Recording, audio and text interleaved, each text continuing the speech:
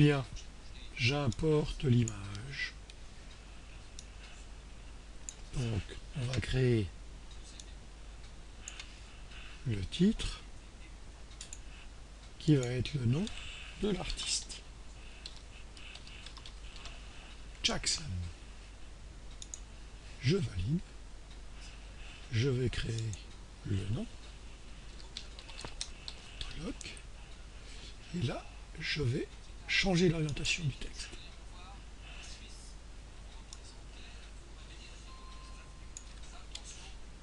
Et je valide. Alors, je vais me mettre sur le calque d'arrière-plan.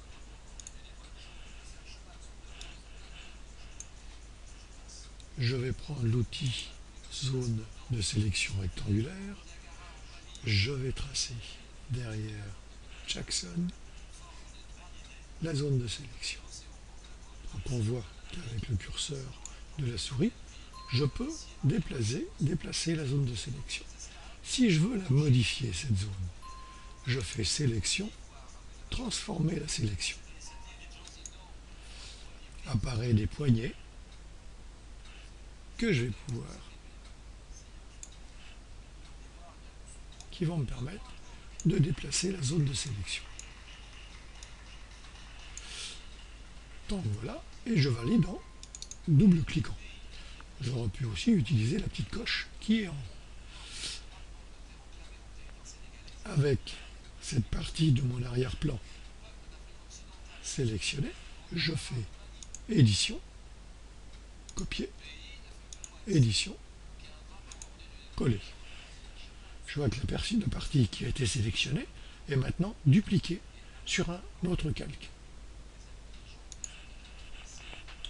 Sur cette zone, je vais remplir avec la couleur noire, mais en opacité à 50%, ce qui va me faire apparaître légèrement la peinture en transparence. Par contre, là j'ai une zone vide. Il faut donc que je verrouille les pixels transparents pour que le remplissage ne se fasse pas sur la zone transparente, mais uniquement sur la partie de la peinture. Édition, remplir, couleur premier plan, c'est le noir, 50%. Voilà. Donc je vais réafficher le calque d'arrière-plan. Je me repositionne sur le calque d'arrière-plan. Je vais faire une nouvelle sélection pour le nom. Voilà, je vais le remonter un petit peu. Je peux le remonter avec les touches flèches du clavier ou le déplacer. Je vais faire édition, copier, édition, coller. De nouveau, j'ai un nouveau calque. Sur cette partie du calque, je vais faire image, réglage, niveau. On va juste modifier la densité de des couleurs. Voilà, on va le mettre assez fort. Ok. Donc on voit que là, la partie que je viens de densifier, là, elle est derrière.